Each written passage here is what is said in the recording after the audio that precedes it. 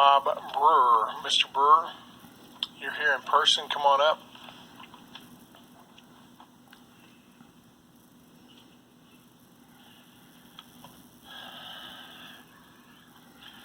Thank you, Judge and Court. It's good to be open. I want to spend some time in silence for prayer for our president, our country, and all the men and women of goodwill in this country.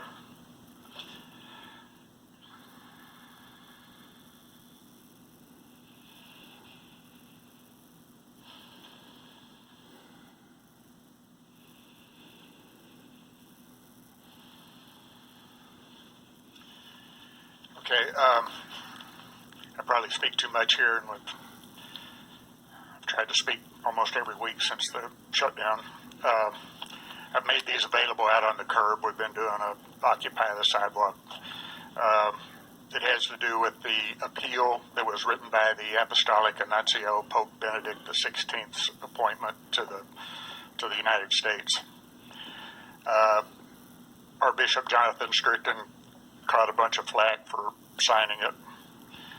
A month later, the Apostolic Nuncio wrote a letter to President Trump, and I'm going to read the first couple sentences here so you get an idea of what we're involved with.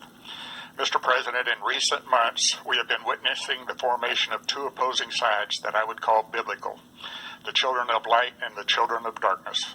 The children of light constitute the most conspicuous part of humanity, while the children of darkness represent an absolute minority.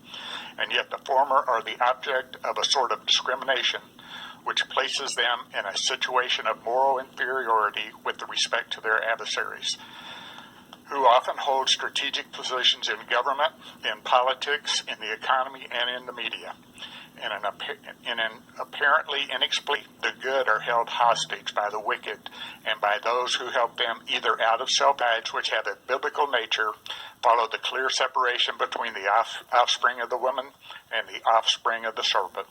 On the one hand, there are those who, although they have 1,000 defects and weaknesses, are motivated by the desire to do good, to be honest, to raise a family, to engage in work, to give prosperity to their homeland, and to help the needy in obedience to the law of God, and to merit the kingdom of heaven. Anyway, actions of this court following elected leaders above us have resulted in just destruction to many of us and our businesses and our lives and fortunes and who knows. But the most recent thing, the closing of Jack Ryan's, that really ticks me off. And if the court hadn't made the threat to imprison people for violation, that wouldn't have happened. Anyway, there's a lot more I'd like to say, but I'm out of time.